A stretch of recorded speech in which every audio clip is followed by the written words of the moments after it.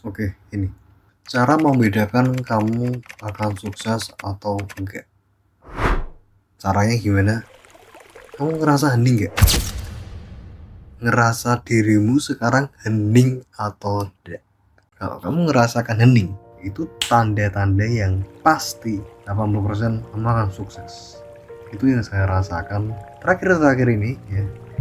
Apakah dalam hening itu berat? Untuk pertama kali memang berat karena belum terbiasa untuk hening. Dulu 2 dekade lalu suasana hening itu sesuatu yang aneh.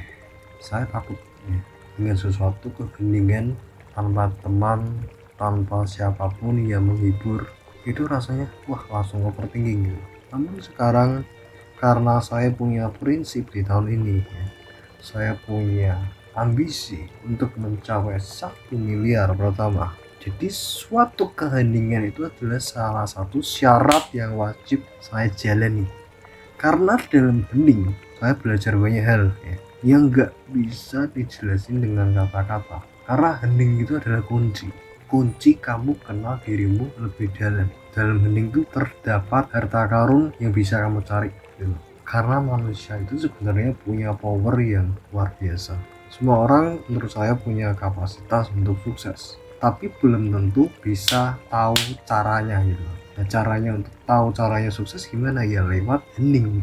Dalam hening saya merasakan sesuatu yang belum pernah saya rasakan tahun-tahun lalu gitu loh. Kayak saya bisa tahu, oh ternyata dulu saya hanya terlalu sering di zona nyaman gitu loh, dan terlalu sering berfokus pada kekurangan diri sendiri dan hanya bisa nyalahin keadaan doang gitu. Itu pertama saya mencoba untuk hening, itu beratnya minta ampun bos. Tapi ketika berjalan beberapa bulan gitu, dalam hening itu saya belajar banyak hal. Benefitnya paling gede adalah jadi bisa menerima diri sendiri gitu. Dan menerima diri sendiri itu adalah salah satu syarat untuk kamu bisa belajar hal-hal baru. Kamu nggak bisa belajar hal-hal baru tanpa kamu bisa memaafkan dirimu sendiri. Kamu harus benar-benar menerima semua kekuranganmu. Dan itu yang saya jalani sampai detik ini. Saya belajar banyak hal, jadi kayak semua pintu itu terbuka ketika hening. Kayaknya sepele ya, cuma hening doang.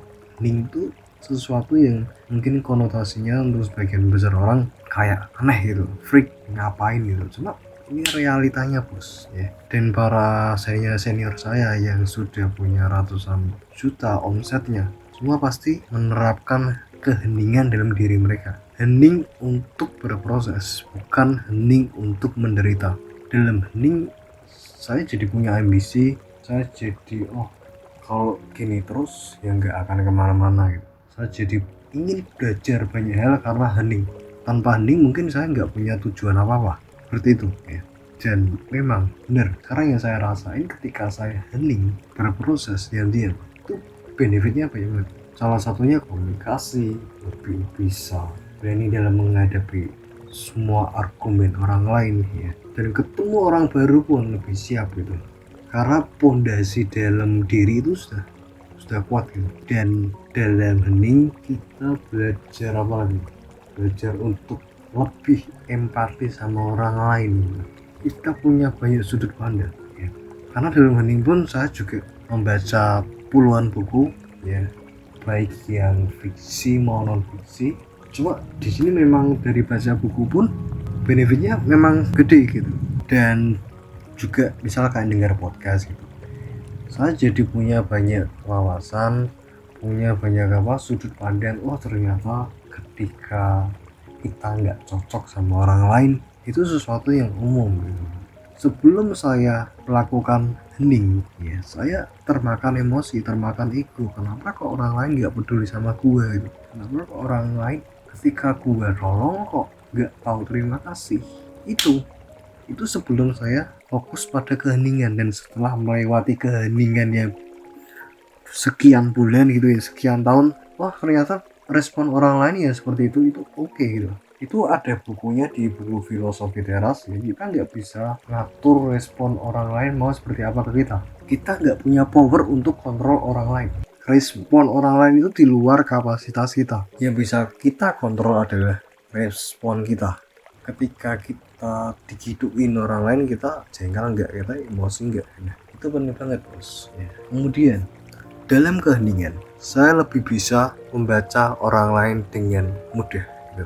Ini adalah skill yang paling langka ya, tapi memang sangat-sangat terpakai saat ketemu orang baru, saat ketemu teman yang sudah kenal pun kadang kita nggak ngerti ya. Sebelum menerapkan latihan hening ini saya nggak tahu tuh pikiran orang lain seperti apa, apakah ada niat jahat ke kita, ada unsur memanfaatkan ke kita. Dulu saya orang yang selalu iya dan iya, nggak pernah berkata tidak ya, karena saya dulu orang yang suka nolong orang dan bener-bener sampai dididik sering dimanfaatkan oleh orang gitu.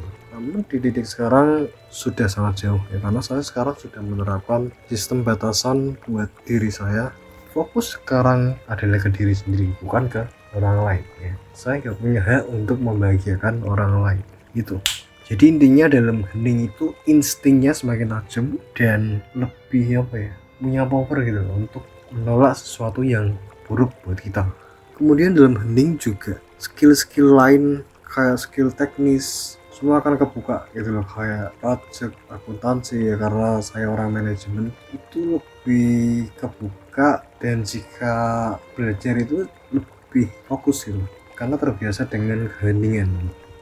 Namun dalam hening bukan berarti saya nggak butuh orang lain, tidak ya, saya tetap butuh orang lain. Dan karena hening inilah saya semakin sadar kalau saya nggak sempurna. Dulu saya masih kemakan ego, walaupun dulu kapasitasnya masih sedikit gitu ya, belum bisa ngapa-ngapain, tapi sosokan gaya itu. Beda dengan yang sekarang, itu lebih kayak haus akan ilmu, lebih butuh orang lain yang lebih jago dari saya, yang senior dan seru gitu loh, kayak oh ketemu orang ini jago di saham, ketemu si B jago dalam marketing gitu, ketemu si C jago dalam personal branding, ketemu si D jago dalam meyakinkan orang gitu lewat ucapannya. Jadi saya belajar banyak hal gitu. Itulah yang membuat saya menjadi lebih bangkit ya, lebih enjoy dengan hidup saya. Karena itu saya bertemu dengan orang-orang yang senior semua, yang jauh lebih pintar dari saya, lebih pengalaman, lebih dewasa gitu. Tapi tetap ada unsur negatif, pasti ada pro dan ada kontra ketika hening. Masalah apa yang terjadi gitu. Pertama ya kehilangan teman bos, serius. Yang gua rasain memang seperti ini. Ketika hening untuk berproses, kejar ambisi gitu ya, pasti semua teman akan hilang. Yang tersisa hanya bisa dihitung jari, serius ya.